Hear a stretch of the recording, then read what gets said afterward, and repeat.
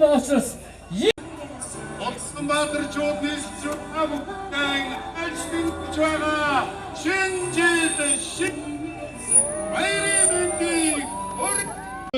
эдхэн хормын дараа бид бүхэн хамтдаа Монгол улсын хааны эсдэл Улаанбаатарын төв талбай Сүхбаатарын талбай дээр хамтдаа шинэ оноон ухтан авах гэж байна.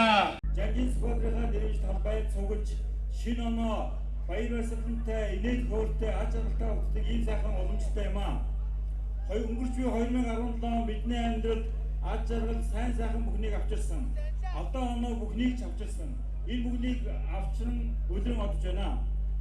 2017 онд нийслэгчид бид бүхэн өмнө тавьсан зорилтоо хангалттай сайн биелүүлж хүн бүхэн хичээн зүтгэж улс орныхоо болон нийслэлийн хөгжлийн төлөө ажилласан гэдэгт би итгэлтэй байна. Ирж буй 2018 он манай нийслэл хотод нийслэлийн иргэн бүрт аж аргал хамгийн сайн сайхан бүхнийг авчирсан жил байна гэдэгт би итгэлтэй байна.